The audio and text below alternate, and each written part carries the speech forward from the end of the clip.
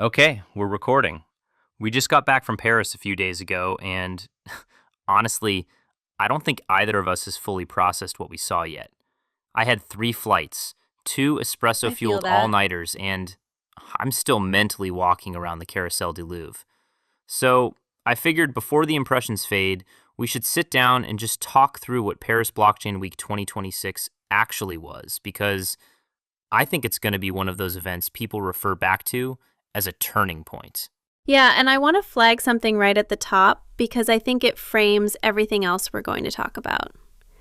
Paris Blockchain Week, the brand we've all known for years, is becoming Signal Week, starting in 2027. The organizers announced it in April. The new edition is scheduled for July 6th and 7th, 2027, at the Palais des Congrès. And the rebrand isn't cosmetic. It's pointed. It's institutional digital assets, capital deployment, and a deliberate co-location with the Raise AI Summit.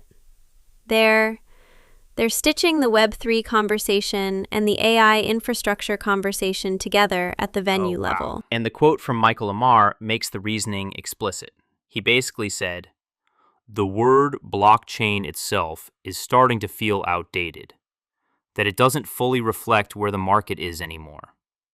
Coming from the chairman of an event literally called Paris Blockchain Week, that's a pretty strong statement to make in public. Right. And he's not wrong. That's the part I keep coming back to. He's not wrong. If you stood in that venue last week and listened to the conversations happening at the booths, in the hallways, between sessions, the word blockchain almost never came up. People talked about tokenization. They talked about settlement layers. They talked about programmable rails, custody, compliance frameworks. The technology was assumed. The conversation had moved to what you actually do with it. So the rebrand is really just naming something that already happened on the floor. Exactly. And I think that's the cleanest way to frame this whole episode, honestly. PBW 2026 was the last edition under the old name. But the 2026 edition was already Signal Week in everything but the logo. The rename is the formal acknowledgement of a transition that's been quietly underway for a couple of years. And 2026 was, the year you couldn't deny it anymore. And it's worth noting that France has been positioning for this specifically. The regulatory clarity that came out of the AMF, the work that went into MiCA implementation, the fact that you have ministers and assembly members who actually understand the technology at a substantive level, none of that happened by accident. There's been a multi-year coordinated effort to make Paris a credible institutional hub for digital assets. And what we saw last week is the payoff of that work starting to compound. And it's working. You can feel it working. Compare that to the regulatory environment in the US over the same period, which has been characterized mostly by enforcement by litigation and unclear guidance. Founders and institutions vote with their feet. Totally. And a lot of them have been quietly relocating decision-making to jurisdictions where the rules are knowable. France, and Paris specifically, has been a major beneficiary of that flow. Let's talk about that crowd shift directly. Because the first thing that hit me, before any of the content, before any of the conversations, was just the demographic of the room. You walk into a typical Web3 event, and you know what you're going to see before you've even checked in. Hoodies, backpacks, project logos on every lanyard, the occasional suit looking slightly out of place near the DeFi booth. ETHCC, Token 2049, the usual energy. PBW 2026 was nothing like that. We literally counted at one point. 80% suits, 20% hoodies. Maybe even more skewed than that depending on the time of day. And it wasn't gradual. It hit you immediately. By the end of day one, I stopped thinking of it as a crypto event in any meaningful sense. It felt like a financial infrastructure summit, where blockchain happened to be the underlying technology. Absolutely. Which, increasingly, is the whole point. And the names in the room back that up. We're talking BNP Paribas, Goldman Sachs, JP Morgan, Deutsche Bank, HSBC, Credit Agricole. Not one or two reps doing reconnaissance from a back row. senior people, decision makers, people with mandates and budgets who flew in to actually, do work. And critically, not just attending panels. They were there to take meetings, align on timelines, sometimes to sign things. The body language alone gave it away. When someone from a Tier 1 bank pulls out a calendar mid-conversation and starts blocking off follow-ups for the next 2 weeks, you know they didn't fly to Paris for the vibes. Right. And then layer on the political presence. French ministers, nearly 20 members of the National Assembly, former Prime Minister Michel Barnier, multiple EU-level regulators. That's a different category of attendee. That's the kind of presence that signals to the rest of the room, this is where policy direction is being shaped, not just discussed. And I think that political layer is actually one of the underrated stories of the week. Because for years, the conversation in our industry has been crypto on one side, regulators on the other, with this constant friction in between. What was different in Paris is that the regulators were inside the room as participants, not as opposing counsel. There's a real difference between regulators showing up to lecture and regulators showing up to coordinate. Huge difference, and it shifts the dynamic of every conversation around it. When you know the person 2 booths down is from a regulatory body and they're operating in collaboration mode rather than enforcement mode, the entire posture of the room changes. People are more open about what they're actually building. The compliance conversations get more substantive. You stop hearing pitches that paper over regulatory exposure and start hearing pitches that have already integrated the regulatory thinking into the architecture from day one. And the regulators themselves are visibly more sophisticated than they were even 2 years ago. The questions they were asking on panels were not the questions you got from regulators in 2022. They've internalized a lot of the technology. They understand the architectural distinctions between different kinds of stablecoins, between different custody models, between permissioned and permissionless infrastructure. And once you have regulators who can engage at that level of granularity, the policy conversations become genuinely productive instead of being a back and forth of misunderstandings. Right. The translation tax is dropping. You used to spend the first half of every regulatory conversation just establishing shared definitions. Now you can start mid-conversation with the technology assumed and actually focus on the actual policy question. That's a good segue into the actual content of the conversations, because the demographic shift translated directly into a different kind of dialogue. You and I both said this multiple times during the week. We weren't overhearing what we used to overhear at these events. Not even close. Nobody was speculating about which token was going to do 100x. Nobody was hyping a pre-sale. The conversations were about custody solutions, composability requirements for institutional scale DeFi, MiCA compliance timelines, and whether tokenized real-world assets are structurally ready for pension fund exposure. Real problems with real capital behind them. Pension funds. Think about that for a second. We're at a point where pension fund exposure to tokenized assets is a serious, structured discussion happening at a Web3 conference. And honestly, that was jarring. In the best possible way. Because for years we've been saying institutional adoption is coming, institutional adoption is coming. And a lot of us, myself included, started to treat that phrase as a kind of cope. Like, sure, eventually. But Paris was the first event I've been to where it wasn't a forecast anymore. It was a description of what was happening in the room around us. Yeah, the tense changed. We stopped using future tense. People were talking about live deployments, integrations that had been signed in Q1, custody pilots that were about to go into production.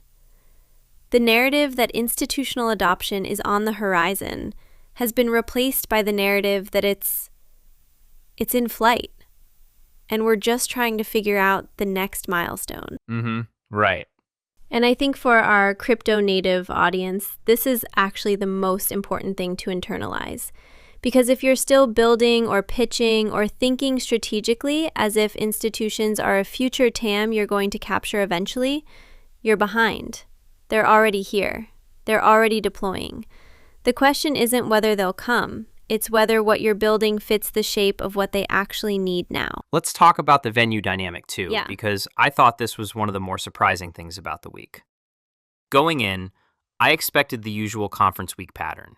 The main event is the gravitational center, but the real action is at the side events, the after-hours dinners, the boutique gatherings, the invite-only summits. That's been the playbook for years at every major Web3 conference. And it just wasn't true in Paris. The center of gravity stayed on site. Almost everything that mattered happened inside the Carrousel du Louvre itself.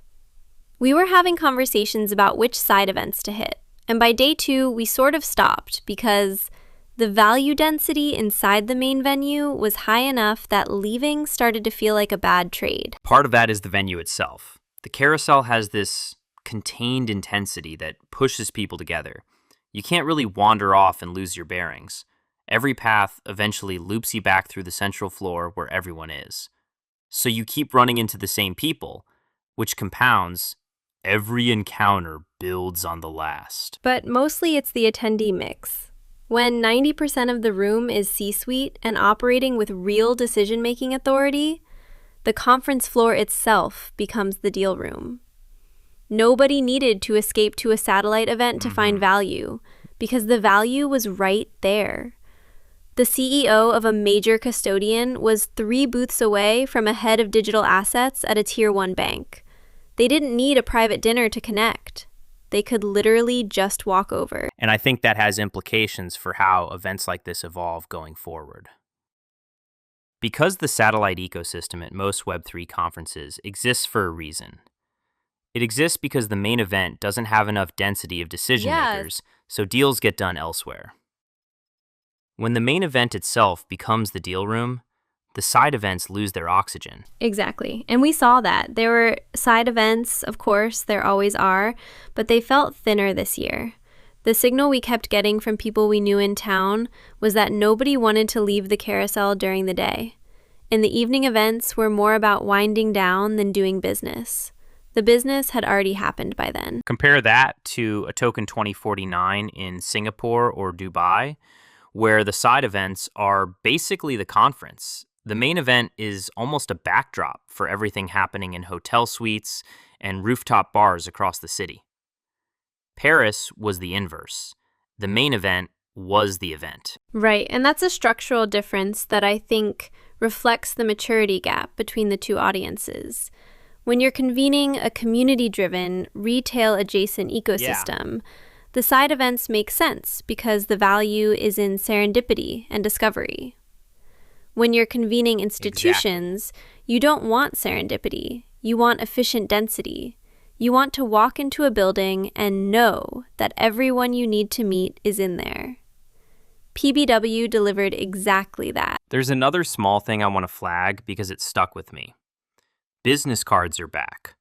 Like, actually back. I know. We watched people pull them out constantly. Real, physical cards. Embossed. Heavy stock. Some of them with QR codes on the back, but the medium itself was unmistakably analog. And LinkedIn profiles got scanned more than Telegram handles, which, if you need a single data point to understand who was in that room, is probably the cleanest one I can give you. Yeah, that's a good summary right there. The shift from Telegram to LinkedIn is basically the shift from crypto native to institutional in one gesture. Because the people exchanging Telegram handles are organizing around a community. The people exchanging LinkedIn profiles are organizing around a career, a firm, a corporate identity. Different ecosystems, different incentive structures, different ways of building trust. Right. Okay, let's pivot to start and block because I think this was one of the most telling parts of the entire week. The startup competition has always been one of the more interesting things to watch at PBW, but this year hit completely differently for me. Same. And I want to set the context for people who haven't followed this format closely. Start and Block had over 1,000 applicants this year. They got whittled down to a top 100 reviewed by investors. Then 12 made it to the main stage. So by the time you're watching the finalists pitch, you're watching the top 1% of 1% of submissions. That's a serious filter. And what struck me was how different the texture of those pitches was from previous years. In past editions of PBW, the startup pitches had a really familiar shape. Ambitious scope, uncertain go-to-market, technology-first thinking, this general vibe that the business model would figure itself out later. Exciting to watch, but the kind of thing that makes serious institutional investors squint and shift in their seats. Whereas this year, the pitches we saw came in already fluent in regulatory environments, already thinking about integration with existing financial infrastructure, already able to answer hard questions about enterprise sales cycles and custody requirements. These weren't teams retrofitting compliance onto a consumer crypto product after the fact. The institutional thinking was baked in from day one. And you could really feel the difference in how the room received them. The questions from the judges were sharper because the answers could handle sharper questions. Let's actually walk through some of these. I think it's worth getting concrete because the projects themselves are the proof. Start with Libertum. Libertum is building white-label, real-world asset tokenization infrastructure with its own bonding decentralized exchange, specifically for real estate assets. The white-label part is the thing I want listeners to focus on, because it tells you who they think the customer is. It's not retail investors directly. It's the issuers, the platforms, the institutions who want to offer tokenized real estate exposure, but don't want to build the rails themselves. That's a B2B infrastructure play, with a very clear answer to the question of who's going to pay for it. And the bonding DEX angle is interesting because it solves the liquidity problem that has historically been the death of a lot of RWA tokenization projects. You tokenize the asset, fine, but then it sits there because there's no exit. Bonding curves are one way to solve that, and applying them to real estate specifically is the kind of mechanical thinking you don't see in early-stage projects. Then there's Masumi. Masumi is building the payment and identity layer for AI agents, on-chain decentralized identifiers, escrow contracts, agent-to-agent transactions. This is, in my view, one of the most interesting infrastructure plays in the entire Start and Block lineup, because it sits exactly at the intersection of two of the biggest stories in tech right now. The agentic economy is going to need rails for autonomous transactions, and those rails almost certainly need to be on-chain, because traditional payment systems aren't built to handle machine-to-machine settlement at the kind of frequency and granularity agents will require. And it ties back to that signal weak framing. The whole point of co-locating with Raise AI is that the AI and Web3 stories are converging, and projects like Masumi are the connective tissue. You can't have a genuinely autonomous AI agent economy without something like what they're building. And the convergence is happening faster than most people realize. Agents are already starting to transact. The infrastructure question is no longer hypothetical. You either have rails that can handle programmable, identity-aware, escrow-capable, agent-to-agent payments, or you don't, and the agents end up bottlenecked by human-mediated payment systems that weren't designed for them. Masumi is one of the projects taking that question seriously, and the timing on it is sharp. Right. The next one I want to flag is Sundial Protocol. They're building a Bitcoin Layer 2 designed to put dormant BTC to work through smart contracts and yield generation. And the explicit pitch is institutional-grade security. Not retail-friendly UX. Not maximum yield. Institutional-grade security. That word choice tells you who they're talking to. And Bitcoin L2s have been one of the most interesting narrative arcs of the past 2 years. There's so much value sitting in Bitcoin doing nothing, and the projects that figure out how to put it to work safely have an enormous addressable opportunity. Doing it in a way that institutions can actually touch, That's the entire game. And the last one I want to mention is Coinbacks, which is a slightly different animal because they came in with momentum already. They raised $4.2 million from Bank Tech Ventures and Paxos late last year. What they're building is programmable controls for stablecoin payments. Escrow, policy enforcement, reversibility, the features that banks actually need before they'll touch stablecoin rails. And that last point is the whole story right there. Because for years, the stablecoin pitch to banks has been faster, cheaper, 24/7. And the banks have been responding, yes, but where's the compliance layer? Where's the dispute resolution? Where's the audit trail? Where's the reversibility for fraud cases? Those aren't bugs in the bank's thinking. Those are features they actually need. Right. And what Coinbacks represents is the maturation of the stablecoin conversation from speed and cost to programmability and control. That's the conversation that opens up real volume from financial institutions. Because once they have those controls, the friction to integration drops dramatically. When you stack those 4 projects together, Libertum, Masumi, Sundial, Coinbacks, you can see the pattern really clearly. None of them are pitching a consumer product. None of them are talking about retail adoption. The actual customer in every case is a bank, an asset manager, a payments processor, or an enterprise navigating Mika. That's a categorical shift from where this industry has been pointing for most of the last decade. And it's worth comparing to a 2021 PBW startup pitch just to feel the gap. In 2021, you'd see consumer wallets, NFT marketplaces, GameFi platforms, social tokens. The energy was high, the ambition was huge, but the path to revenue was speculative, and the customer was always retail. The 2026 lineup is less exhilarating in that pure adrenaline sense, but it is dramatically more credible. These are companies that could exist in 5 years with real revenue and real enterprise contracts. The 2021 lineup, with the benefit of hindsight, mostly couldn't say the same. And I think that's the trade-off the industry is making right now. We're trading a certain kind of exhilaration for a certain kind of durability. And reasonable people can disagree about whether that's a good trade. Right. Which actually brings us nicely to Hack the Block. Because if Start and Block reflected the institutionalized face of where Web3 is heading, Hack the Block was where the creativity, the irreverence, the original spirit of this industry was, very visibly still alive. Yeah, Hack the Block is the flagship 36-hour hackathon powered by XRP Ledger this year. And it ran April 11th and 12th, right before the main conference kicked off. And what we noticed is that the best projects there had a kind of energy the main conference floor had largely shed.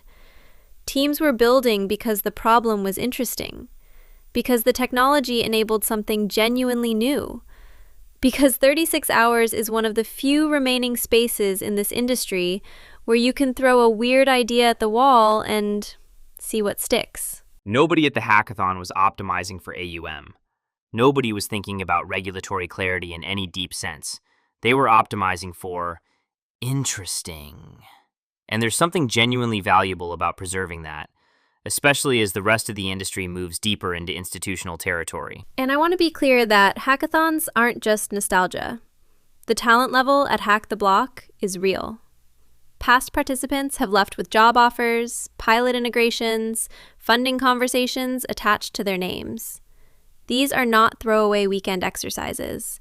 They're discovery mechanisms for the industry.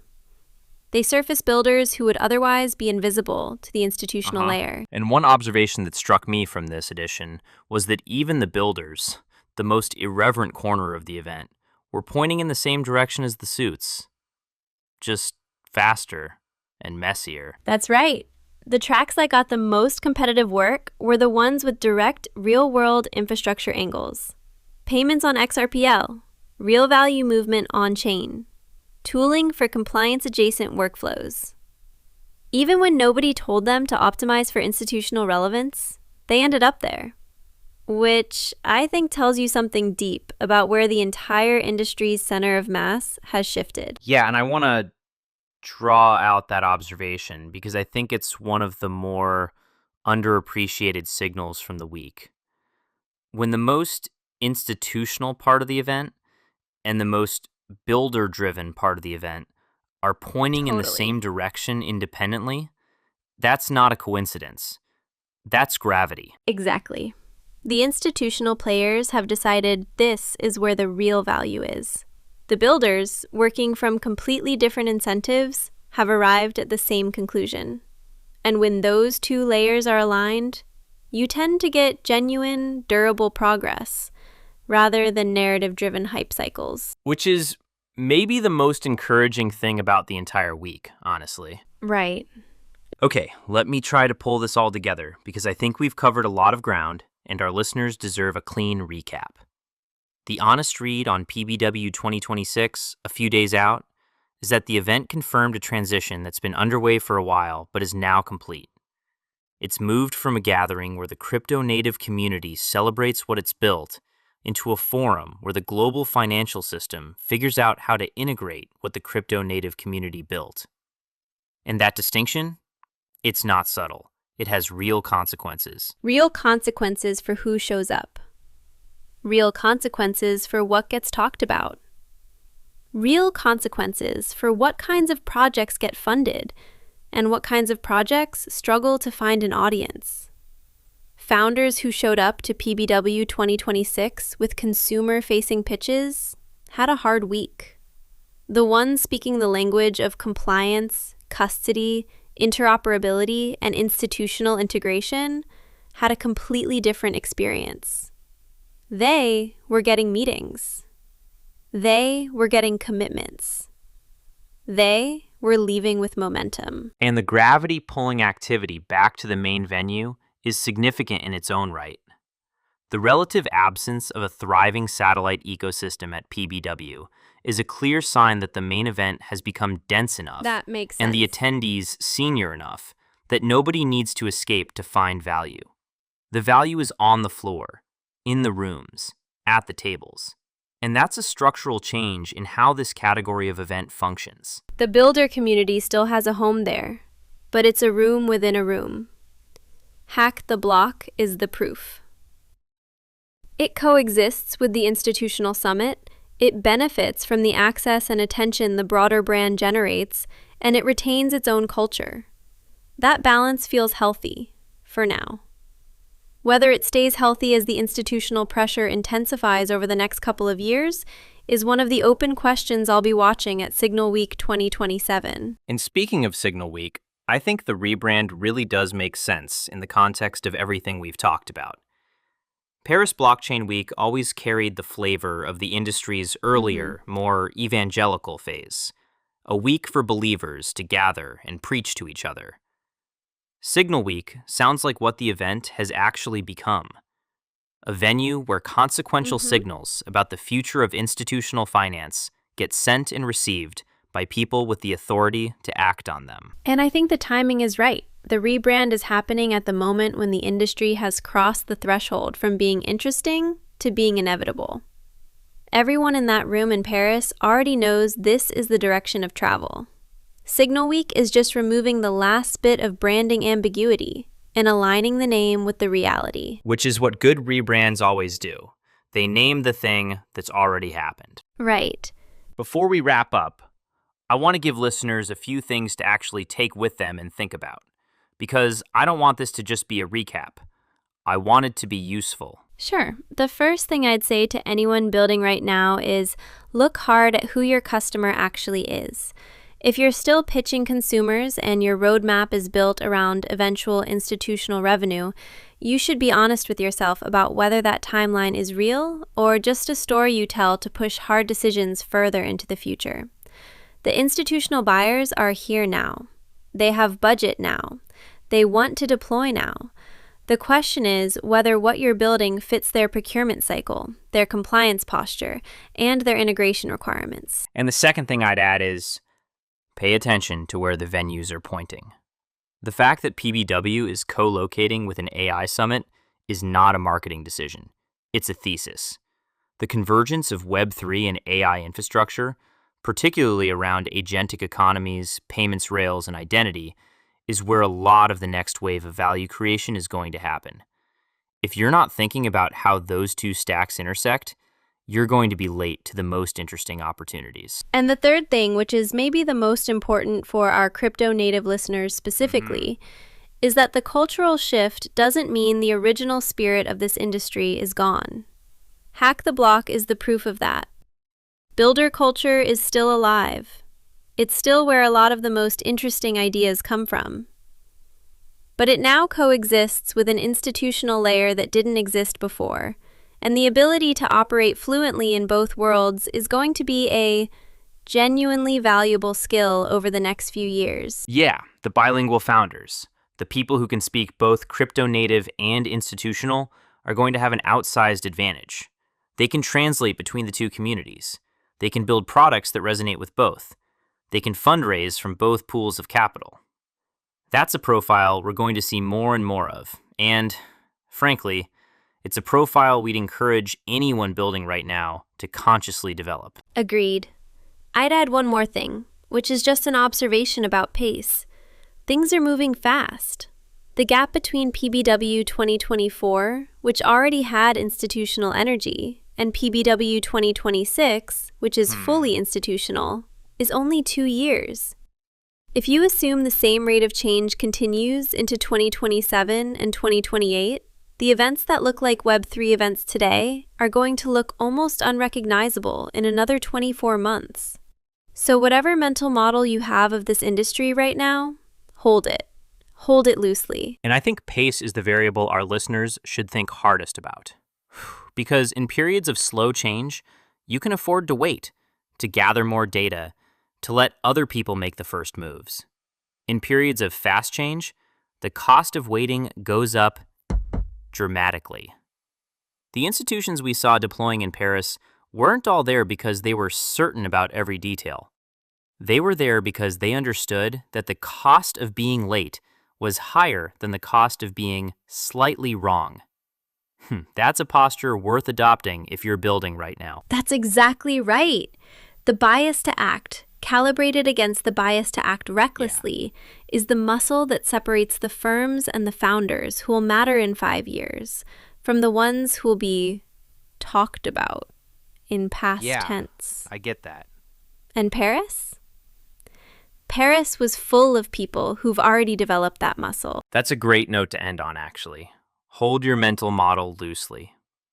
Because the people we met in Paris who were having the best week were the ones who'd already updated. They weren't clinging to a vision of what this industry was supposed to be.